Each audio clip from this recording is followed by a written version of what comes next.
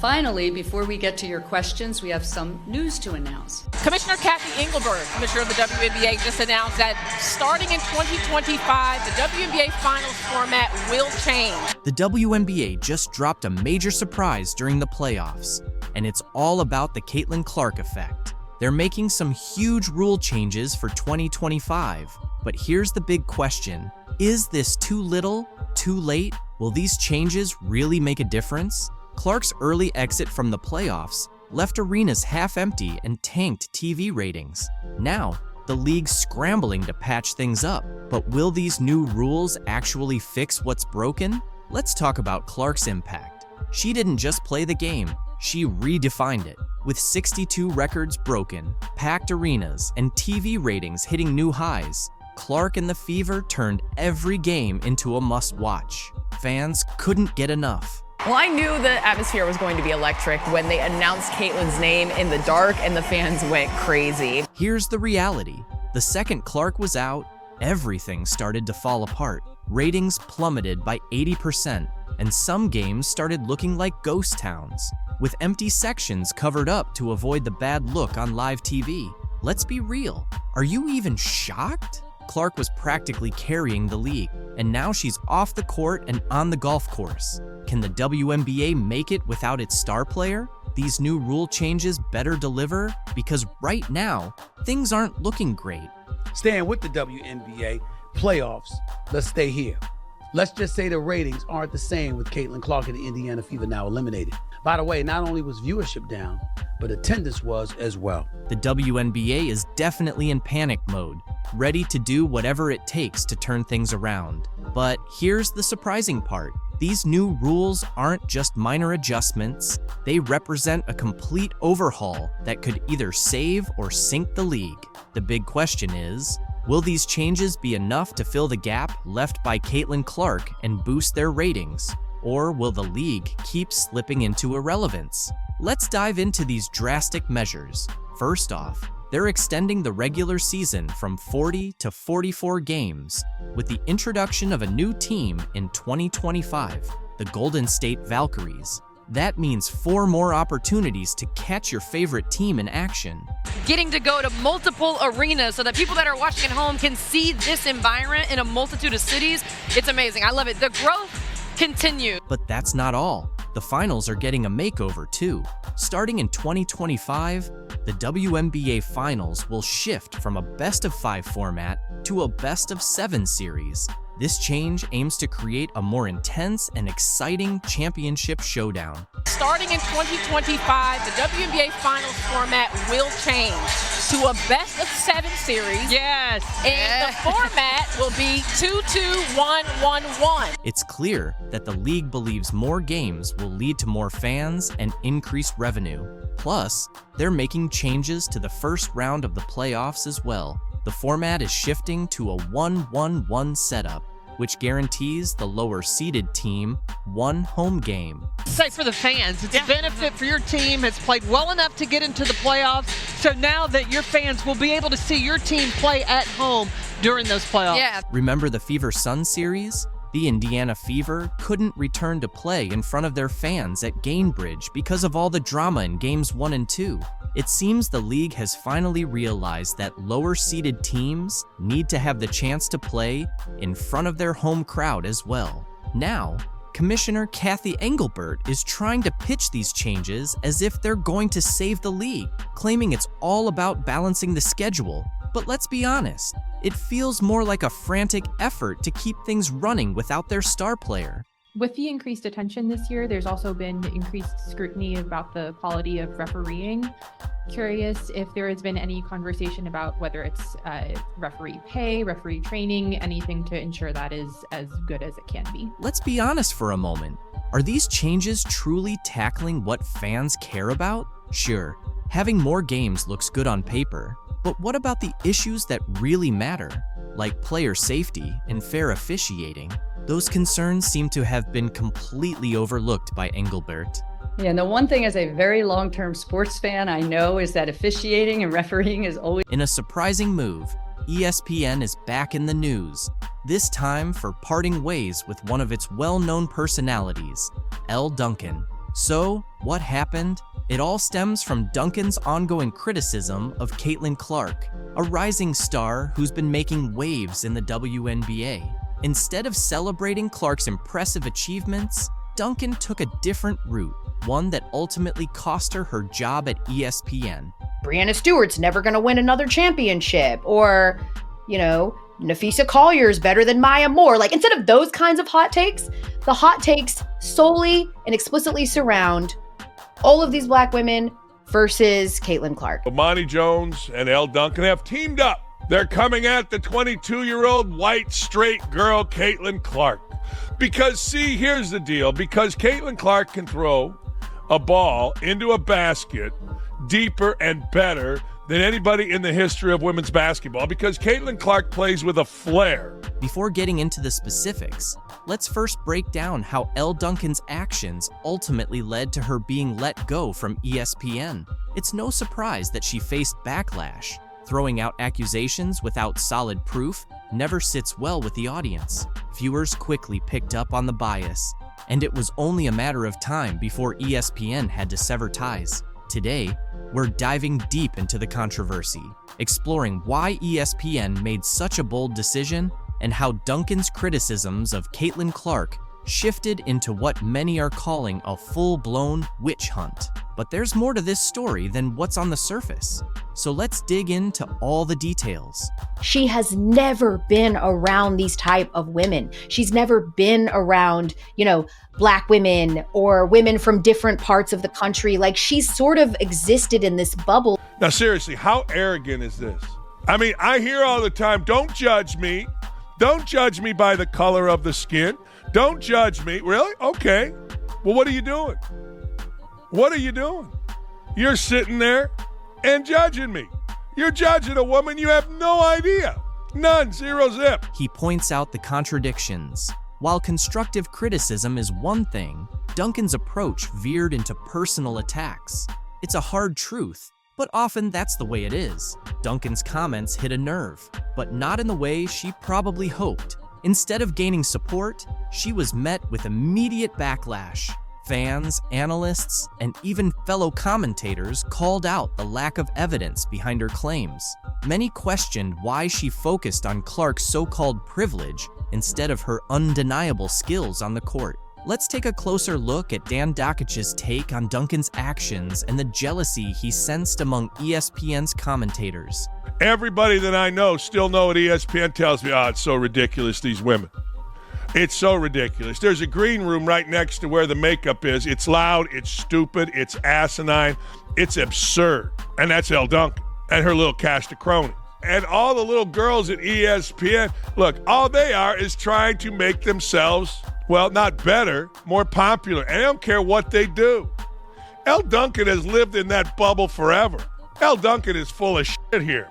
His comments hit a nerve, but they echoed what a lot of viewers were already thinking.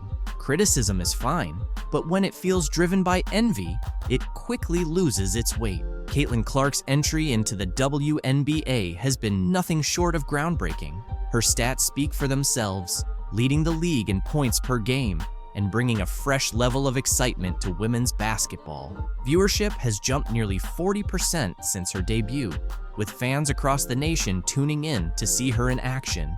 Yet, despite all this success, Elle Duncan chose to focus on downplaying Clark's achievements. Let's revisit a moment many feel crossed the line in Duncan's critiques. The second that you show love to anybody not named Caitlin Clark, you are part of, some constituency that's trying to keep her contributions at a minimum, and you're racist, and we get a lot of that. It's no wonder that the W coverage is all black women, because you're all in it together to try to keep her down. It's just, you're kind of damned if you do and you're damned if you don't. It was a clear attempt to change the narrative, but viewers weren't buying it. When your arguments are fueled more by envy than actual evidence, it's a hard sell. The truth is, Caitlin Clark's story isn't one of privilege. She's competed against athletes from all walks of life, facing obstacles both on and off the court. Many saw Duncan's take as an attempt to downplay Clark's achievements simply because there wasn't anything wrong with her game.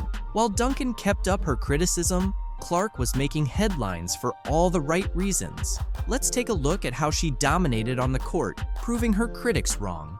Caitlin Clark has literally carried the sport on her back. She talks that yang. Resonates with Caitlin Clark. It isn't her being white. It isn't her being straight. Her game resonates with people in basketball and across the country because she's got that edge. I heard her drop 3 F-bombs in one game sitting right there courtside. Her teammates had to hold her back. She's yelling at the coach. That's what Magic, Bird, Isaiah, Jordan, you name it, that's what they do. Clark resonates. Nobody turning the set on and saying, I gotta watch who? It's no wonder fans are drawn to Clark. She brings a new energy to the game that's been missing for quite some time. Analyst Dan Dakich didn't mince words when addressing the situation, calling out the obvious double standards. He suggested that Elle Duncan's criticisms were fueled by something deeper. The portrayal of black women in the league is an ongoing conversation. Many, including Aja Wilson, Angel Reese, Cheryl Swoops, and others, seem to view Caitlin Clark as a major issue in the WNBA, at least according to the league discussions. But is this truly the case? Or could it be more about rivalry and resentment? Some recent developments might make us rethink the situation. Last week, Aja Wilson brought up the topic of white privilege while speaking with Kelsey Plum. Now, Wilson and Angel Reese are both featured on the cover of the Wall Street Journal's magazine. Yet surprisingly, there's no mention of Caitlin Clark. In 2024, with all that's happening, isn't it worth exploring this from Caitlin Clark's perspective too? Imagine this. Even if you're the first rookie since 2008 to make the WNBA's first team, break over 50 records in one season, and win Rookie of the Year, you're still not acknowledged in one of the league's largest media spreads to date. This seems puzzling, especially if Clark's success is arguably central to the article's theme.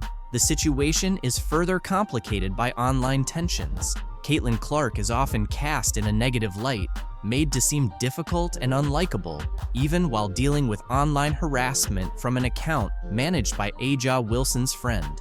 And yet, both Wilson and Reese continue to fuel controversy, even accusing each other of unfair treatment and, at times, directing this frustration toward Caitlin Clark. This leaves us wondering, is this really the behavior we expect from an MVP or Rookie of the Year? This situation honestly feels like a case of bullying.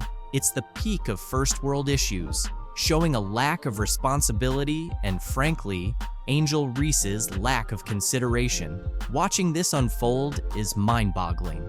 You're right, it's easy to see how she comes across if you have even a bit of self-awareness. Honestly, if I were another WNBA player without Caitlin Clark's visibility, she wouldn't be my concern. She isn't the problem here. More people are starting to catch on. Caitlin Clark was never the issue. Her critics were the ones using her name for attention whenever things didn't go their way. Those same athletes, analysts, and experts quickly make noise when they feel slighted, then claim Caitlin Clark is the root of it all. But here's the truth. The issue might actually be Angel and Aja, not Caitlin. It's worth asking, who's really harming the league's reputation? Angel Reese or Caitlin Clark? Because, once again, it's Reese's unlikability that seems to be hurting the league's image. Caitlin, on the other hand, is generally well-liked and doesn't flaunt privilege or entitlement as if she's something special. People from all backgrounds are beginning to notice this. You made a great point. Caitlin Clark is helping drive the league's success and bring in money, while Angel Reese's behavior might be doing the opposite. The WNBA doesn't seem to be catching on, but the fans certainly are. Yet, we're still being told to embrace both Angel and Aja as league icons. But do they even realize who they're trying to promote? I get it. Aja Wilson is undoubtedly one of the greatest players, a true icon who will likely be in the Hall of Fame. Her stats alone speak to her greatness, and that's worthy of respect. But as I look deeper into this and see more of her behavior, I can't ignore a hard truth. We also have talked, even on this channel, about Angel's very dramatic response to that. Angel Reese started with, I'm heartbroken. I'm literally lost for words knowing what this woman meant to me in such a pivotal point in my life. She was the only person, which is interesting since she's been coached before. It's pretty wild that even after facing a lawsuit over steroid allegations, Angel Reese still has the audacity to keep making headlines with her outrageous comments. And this time, she's taking shots at none other than her coach, Teresa Weatherspoon. If betrayal had a face, it would definitely look like Teresa's right now. And unfortunately, it seems like, according to some new reports, that relationship cost her her job. Chicago Sky officials are saying Teresa was suspended because the team's performance wasn't up to par. But wait a second, Angel is out here dropping some serious tea, claiming that's not the full story. Point being, she disrespected the official. That was the official response to this. So why is Angel doing this? Are her claims actually legit? Or is this just another dramatic turn in the ongoing Angel Reese saga? Let's break it down from the beginning because things are getting messy. Ever since then, the internet has been blowing up, and it's all because of Angel Reese. Now you have a rivalry here. Angel Reese wants to be Draymond Green. But there's nothing about her game that's really interesting that is going to translate to people who may not watch the WNBA, may not care about basketball. Once hyped as the next big star in the WNBA, Angel is now caught in the middle of a scandal so wild, it's shaking up the entire league. After months of rumors, the truth finally came to light. Reese allegedly turned to performance-enhancing drugs in a desperate attempt to stay relevant. When you can't keep up with the talent in the league, what do? Yeah, apparently, you turn to steroids to close that gap. Angel Reese is the villain, Caitlin Clark is the hero, and Angel Reese continued to play into it last night by getting ejected, and it's almost like it's all scripted. This is perfect for the WNBA. She's all the talk. She's the one standing up there in front of reporters saying, I need all of you guys to realize there's two of us that changed the game of women's basketball. And it's not just Caitlin Clark. I was a part of that 2 years ago in the national championship game, and it's going to continue to be that way from here on out. I kind of love it. I don't agree with her.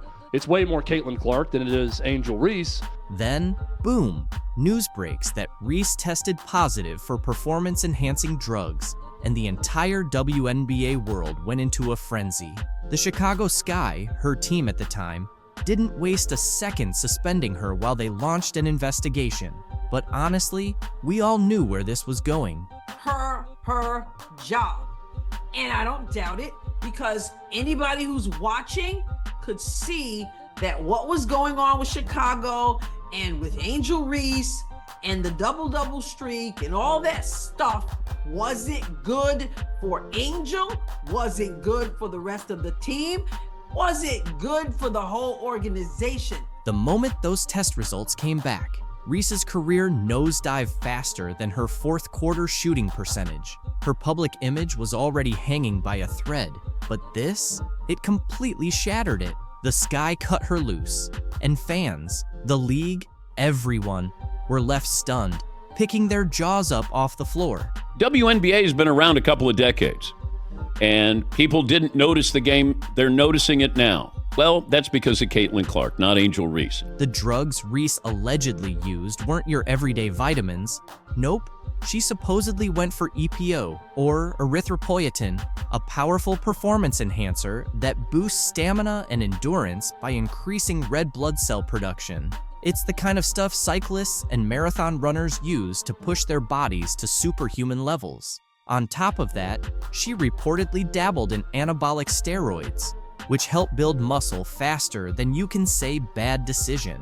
Both of these substances are strictly banned under WADA regulations, and the WNBA, they don't mess around with this kind of thing. Athletes caught using these banned substances usually face a harsh reality: suspensions, public humiliation, and a huge question mark hanging over the rest of their career. Caitlin Clark, almost unanimous, -1. Angel Reese received one first place vote for Rookie of the Year. It was a stupid decision because it compromises what your ultimate goal is. A WNBA legend has been caught red-handed for plotting against Caitlin Clark in the Rookie of the Year race. Until now, no one knew which veteran player had gone out of her way to bribe a journalist to vote against Clark. But now, she's been exposed with solid evidence. You might be feeling disappointed, especially if you've been cheering for her all season, believing she was a true icon. In reality, she's been harboring jealousy all along. So we've got somebody out there who is casting votes for Angel Reese. I say somebody. I mean, I suppose it could have been one person who voted for Angel Reese for Rookie of the Year and another person who voted for Angel for MVP. Why did this happen? Because Clark captured all the attention in just one season, something that took this legend years to achieve. Need a clue? Well, on the same day Caitlin Clark secured the Rookie of the Year award, this so-called legend snagged the biggest WNBA title of the year. Got someone in mind? If you think you figured it out, brace yourself. This story runs much deeper than just a single bad vote. That somebody is trolling Angel Reese because these are sports people, supposedly. These are members of the media. These are people who write about sports, who broadcast about sports, who... And believe me, up until now, you've only heard the basic stats. For instance, Caitlin Clark averaged an incredible 19.2 points per game, dished out 8.4 assists as if she were handing out candy, and grabbed 5.7 rebounds just to top it off. Sure, it all sounds impressive, but that's just scratching the surface. What's even more astonishing is that despite Clark dominating nearly every rookie statistic you can think of, she didn't receive a unanimous Rookie of the Year vote. We were making the point, do you want to promote the league or not? And people like Andrea and others were resistant to that playing a role in somebody making the roster. Nope, instead of every single vote going to the clear choice, only one, just one solitary vote went to Chicago Sky rookie Angel Reese. This wasn't just a harmless fluke. It was a rogue move that sent shockwaves across the league, leaving fans shaking their heads and analysts scrambling to figure it out. Let's be honest, if any rookie deserved every vote, it was Caitlin Clark. So why didn't she get it? What's the story behind that one odd vote? I could actually argue that it hurts the game more if they had given her a roster spot over someone more deserving. When the dust settled, Caitlin Clark secured 66 out of 67 votes for the Rookie of the Year award. These votes came from a mix of 43 national sports writers and 24 local journalists across various WNBA markets. That's a lot of consensus among a wide range of people. So how did one stray vote slip in? This wasn't just someone trying to be a rebel or offering a different perspective. That lone vote felt like a sucker punch aimed directly at Caitlin Clark's perfect season, a calculated move to ensure her record wouldn't be flawless. And that's when things start to get interesting. This situation wasn't merely about Angel Reese receiving an unexpected shout-out. It was about someone attempting to sabotage Caitlin's perfect Rookie of the Year sweep. But who could it be? Definitely not Cheryl Swoops, as she doesn't even have the authority to vote in this competition. So let's discard that theory. When it was revealed that the rogue vote came from journalist Cameron Duncan, everyone began asking the same question: why Reese? Sure, Reese had decent stats, but she wasn't even in the same league as Clark's record-breaking season. So why did Duncan choose to cast his vote for her? Word on the street is that Duncan wasn't acting alone. Rumor has it that WNBA superstar Aja Wilson had something to do with this. That's right, the same Aja Wilson who has been dominating the league and racking up trophies. But why would a star like Wilson get involved in something as petty as one Rookie of the Year vote? Here's where things get wild. In 2024, Aja Wilson became the first player since Cynthia Cooper in 1997 to win the MVP award unanimously. She received all 67 votes, every single one. This was a monumental achievement, making her the only player in modern WNBA history to accomplish a unanimous MVP win. You know, the WNBA continues to kill the golden goose. Now, I must clarify something. A lot of you are hitting me up with, why hasn't the WNBA talked about their Rookie of the Year award since Caitlin Clark, it's been released, is the Rookie of the Year? Well, they haven't announced any awards. But then Caitlin Clark entered the scene, rising through the ranks and threatening to overshadow Wilson's moment of glory. Suddenly, Wilson wasn't going to let a rookie waltz in and take away the one thing that set her apart, a perfect record. As Clark began accumulating Rookie of the Year votes, Wilson allegedly intervened, intent on ensuring that Caitlin wouldn't achieve something she herself never did: unanimous Rookie of the Year honors. Caitlin Clark's reaction to Sabrina Ionescu's game-winning shot in the WNBA Finals was anything but chill. Sabrina's three-pointer gave the Liberty a huge 80-77 win, and while the world was hyped, Caitlin was visibly frustrated. Her season ended way earlier, and seeing her biggest rival take over in the spotlight hit different. Caitlin's always been that player everyone watches, but this time, it's Sabrina stealing the show, and you could sense that jealousy. The rivalry between these two has been bubbling under the surface for a while, but this game just cranked up the tension. Caitlin came into the league with the hype, the fan base, and the expectation to dominate. Sabrina, however, has been quietly making her case, and now she's got everyone's attention. For Caitlin, sitting on the sidelines while Sabrina hits clutch shots and leads her team is a tough pill to swallow. Post-game, Caitlin didn't exactly hide how she felt. In interviews, she brushed off Sabrina's performance, calling the game winner just one shot, which only made it clear how much that moment bothered her. The jealousy was right there for everyone to see. Caitlin's used to being the star, and seeing Sabrina take her spot as the WNBA's current queen?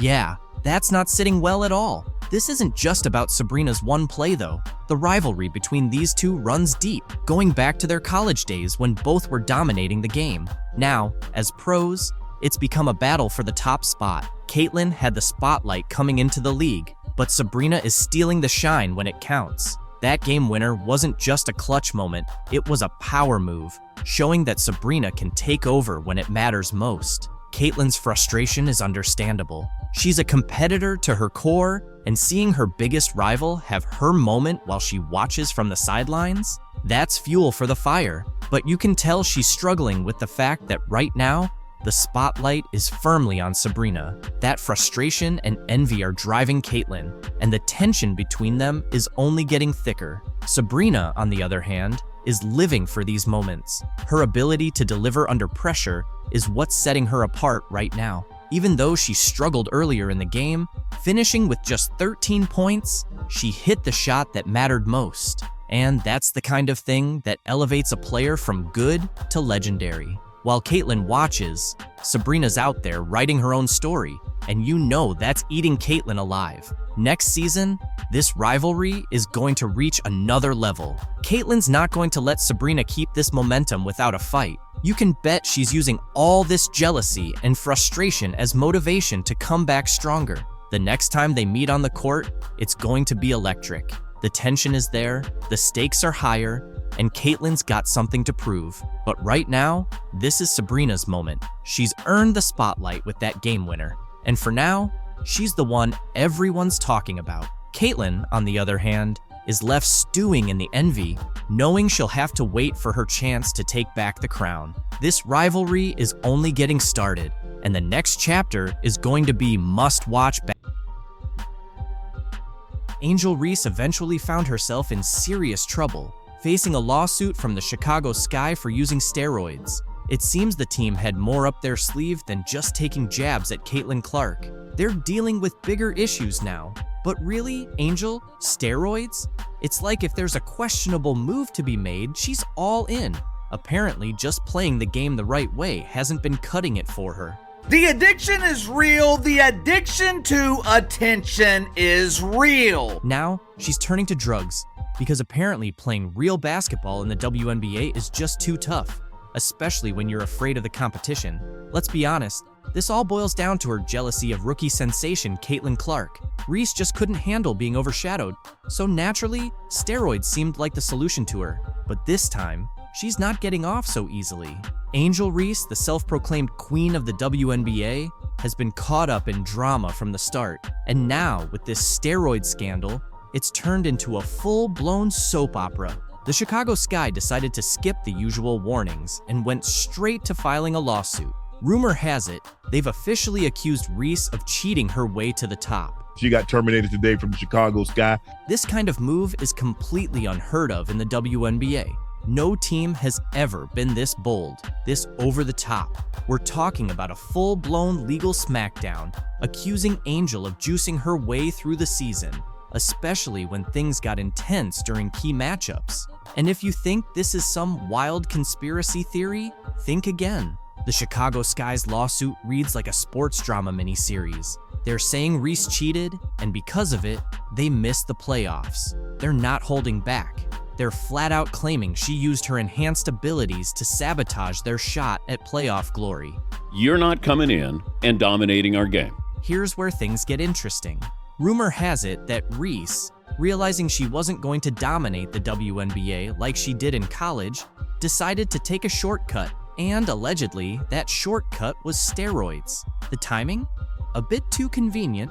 The allegations suggest Reese turned to steroids right when it became clear that pure talent wasn't enough to keep her on top. And who was the constant thorn in her side, outshining her at every opportunity? None other than Caitlin Clark, the Iowa star who was stealing the spotlight without a trace of controversy. I think Angel Reese is jealous of Caitlin Clark.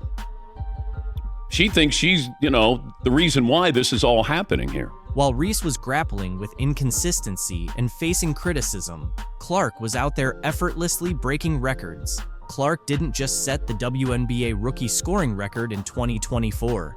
She obliterated it, finishing the season with 761 points. No drama, no scandals, just solid hard work and talent.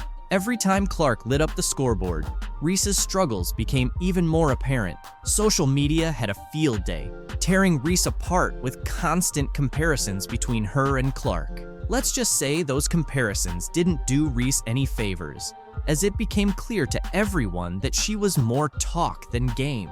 She just likes to call out haters and clap back at haters and say different things. Let's be honest, this scandal doesn't just affect Angel Reese, it casts a significant shadow over the entire WNBA. The league has been working hard to expand its fan base and prove it can compete on a larger scale. However, with this steroid revelation, the league's reputation is now at stake. If the lawsuit goes in the Sky's favor, the WNBA will face a serious need for damage control to maintain the trust of both fans and sponsors. You're not coming in and dominating our game. But why did she feel the need to resort to this? The WNBA isn't college basketball. In the pros, the competition is much tougher, and the athletes are seasoned professionals. Reese quickly discovered that it's a whole different ballgame. While her rookie season wasn't bad by typical standards, she wasn't aiming for average. There were moments when she looked like the unstoppable powerhouse everyone expected her to be, but then she would follow those performances with disappointing outings. In her first 10 games of the 2024 season, she scored under 10 points 5 times. That's not the kind of stat line that silences critics. When expectations are sky high and you don't meet them, people start talking, and not in a good way. And that's when the steroid rumors began to surface.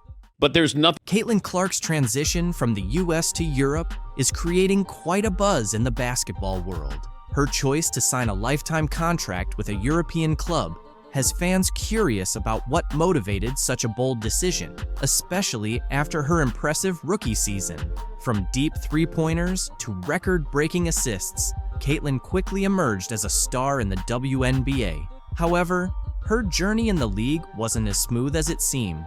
In interviews, Clark opened up about the challenges she faced both on and off the court. One of the toughest parts of her life as a professional athlete was the pressure to always be on. She mentioned that there are days when she simply doesn't want to engage with anyone. When someone comes up to you, that's their 10-second interaction with you, so you smile and try to be kind. But sometimes you just want to be normal, she shared.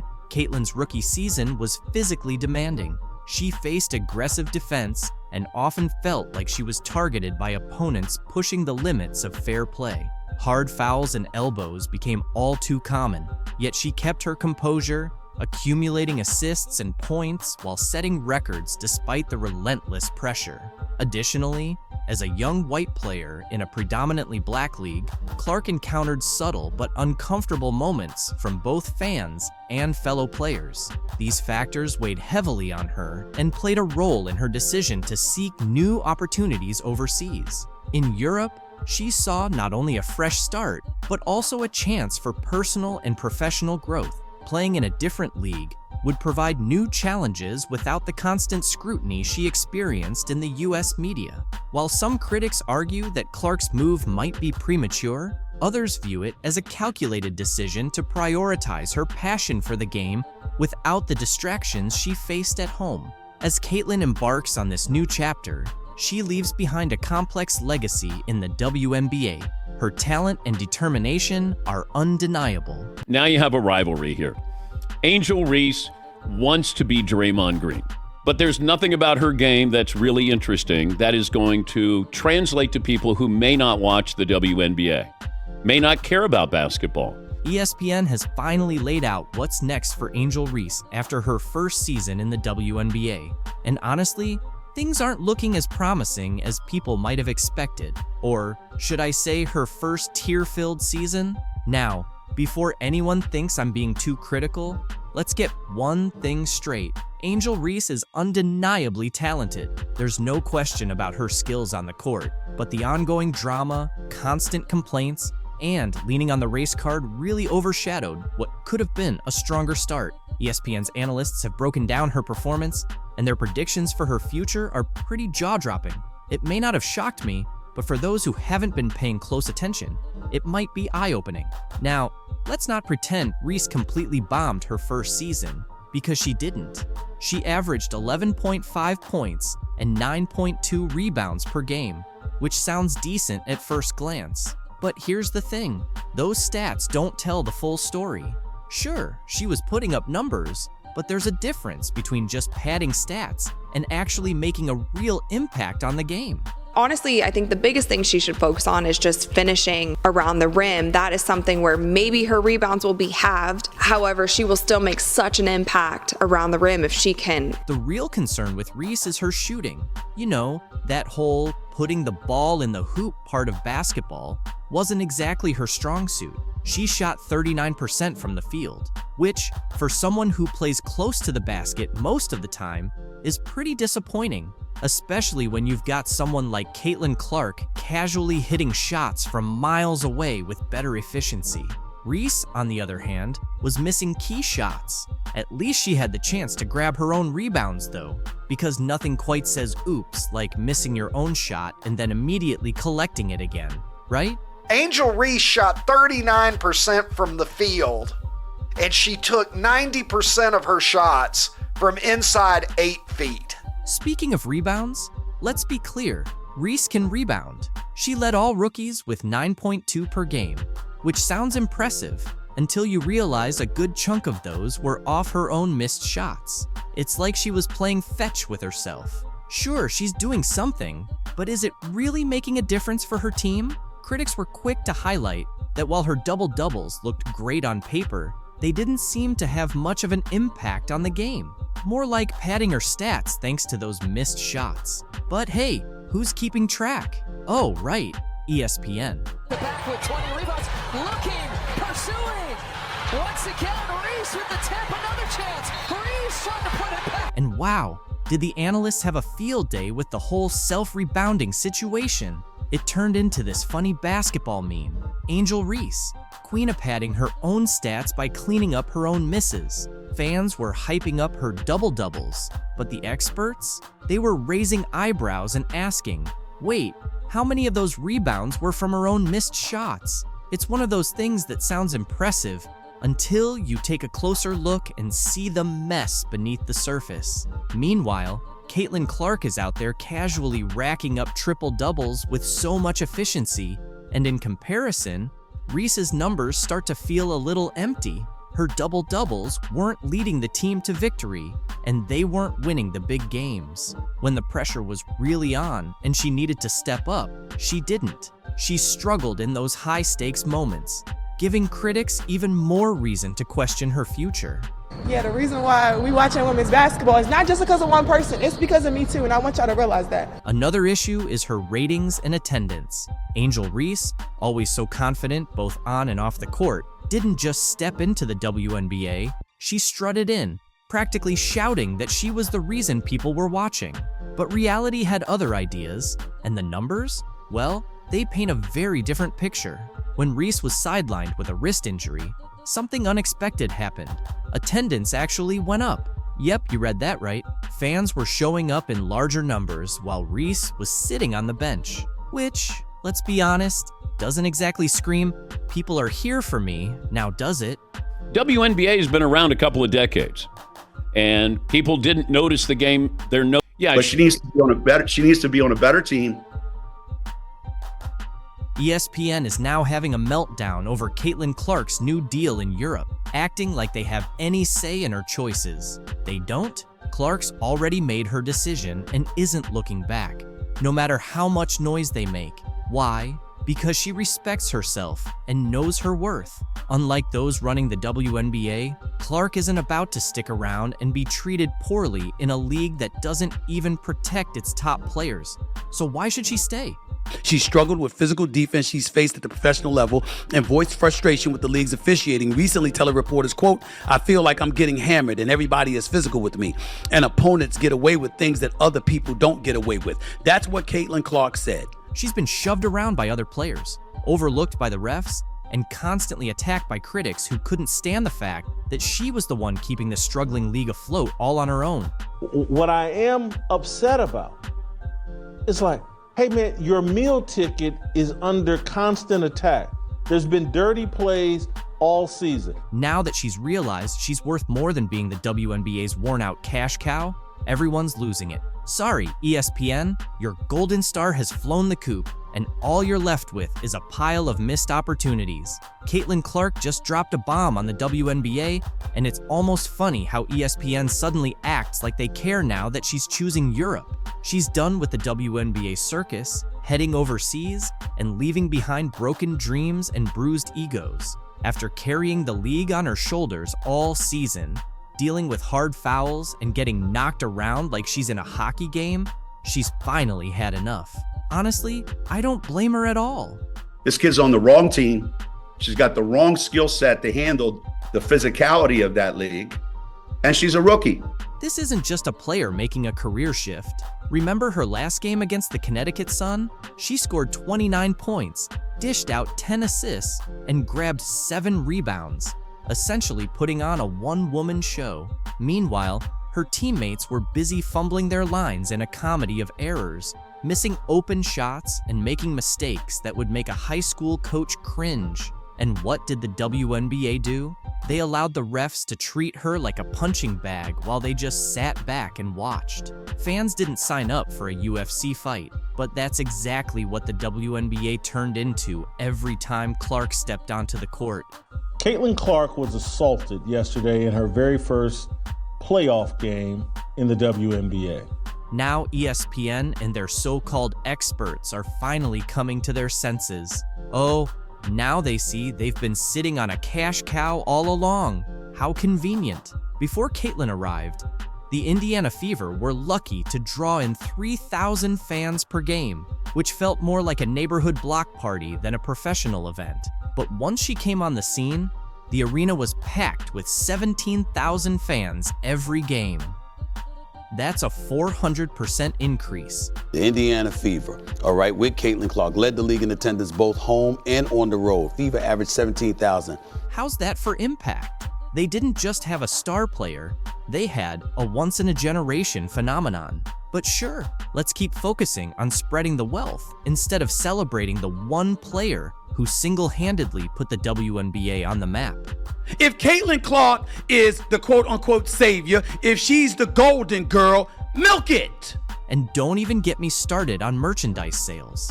Caitlin Clark's jersey has outsold everyone in the league's history, surpassing legends like Sue Bird and Diana Taurasi. We're talking about a rookie, a first-year player outshining Hall of Famers. That's not just impressive, it's historic. She made the WNBA must-see TV, and her games felt like national events. But did ESPN ever recognize her as the superstar she is? Nope. Instead, they gave her lackluster coverage, acting as if she were just another player. Now they're scrambling to pretend they didn't overlook her, but it's too late. ESPN, you missed the boat, and it has already sailed across. This is bad. This is very, very bad. Caitlin Clark is clearly a catalyst for a business that was, and let's be honest, Caitlin to some degree financially saved the WNBA. It was hemorrhaging money for years. You know that feeling when your favorite show ends and you're left wondering what to do with yourself? That's exactly how Caitlin Clark fans felt once basketball season wrapped up. But don't worry, Clark's got a solution so unexpected, it might just work. Let's be honest, without Caitlin Clark, most basketball games are a bit of a snooze fest, and the off-season, it's brutal. Fans are stuck waiting, hungry for any news about their favorite players. And when it comes to Caitlin, the rumor mill has been in overdrive. Will she stay in the US? Head to Europe? Take up competitive knitting? Pickleball, maybe? The fake news machine has been cranking out so much nonsense that some outlets have even started throwing around steroid rumors for every WNBA player they can think of. You say to yourself, damn, what is going on here? Here's the deal. Clark's got something up her sleeve that no one saw coming. It's not just about staying in the spotlight. It's about changing the game, or maybe even multiple games. We're talking career-defining, fan-shocking, women's sports revolutionizing moves here. And honestly, can you blame her for wanting to shake things up? This decision isn't just about Clark. It's about setting a new standard for athlete influence and expanding appeal across different sports. Caitlin, they said on the broadcast tonight that you were not going to play overseas. You were going to take some time. Can you just tell us a little bit more about that decision? You might think you've got Caitlin Clark's next move figured out, but get ready to have those assumptions completely shattered. What if I told you her latest plan involves swapping out her basketball sneakers for a pair of golf spikes? I don't know what I'm going to do tomorrow. I don't know what I'm going to do the next day. So maybe play some golf. I think that's what I'm going to do until it gets too cold in Indiana. So I got that. I'll become a professional golfer. Not too much, babe. Yeah. Just wait, keep it basketball. Clark's shocking announcement has left fans in disbelief after weeks of speculation about her off-season plans. She's made a choice that no one expected. The basketball phenom is now focusing on the golf course, and not just for a casual round here and there. Here's where it gets really interesting. Clark isn't just playing for fun. She's joining the LPGA's Annika Pro-Am event at Pelican Golf Club in Florida. That's right, she'll be teeing off alongside golfing legend Annika Sorenstam. Talk about a power move. WNBA Rookie of the Year set to compete in a Pro-Am golf event next month. The Indiana Fever superstar will appear at the Annika, which is the next to last tournament on the LPGA Tour from November 11th through the 17th. She will also play in the Pro-Am event on November 13th. You might be asking where this all came from. Well, it turns out Clark's athletic abilities go beyond just the basketball court. She has a diverse sports background that's been flying under the radar. Remember when she played soccer as a kid? That's where she developed the explosive power behind her jump shot. It's almost as if she's been secretly preparing for this moment all along. But golf? That's a whole different game. Or is it? I remember getting my first set of golf clubs for one of my birthdays when I was really young. My dad got it for me. It was an all pink bag, all pink clubs, and my dad would always take me when we were younger. I probably started playing golf when I was like 3rd or 4th grade. I mean, I was terrible. I couldn't hit it off the ground. A viral video of Clark almost scoring a hole-in-one has been making the rounds. And trust me, it's impressive. The way she celebrated after sinking that birdie was pure Clark. That competitive fire we've seen on the court is just as intense on the green. Caitlin, that could be it. Oh my God! Oh my God! Oh my God! Oh my God! Hey, right from the hole. It's inches away. No! Caitlin!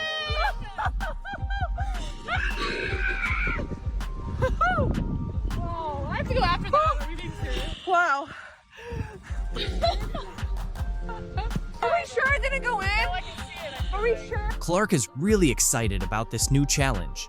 In her own words, she said, "I love golf. So the chance to play in the Pro-Am for a tournament with a legend like Annika Sorenstam's name on it is incredibly thrilling. You can practically feel her enthusiasm shining through." Is this like we're good? We're gonna call it a birdie? I don't think so.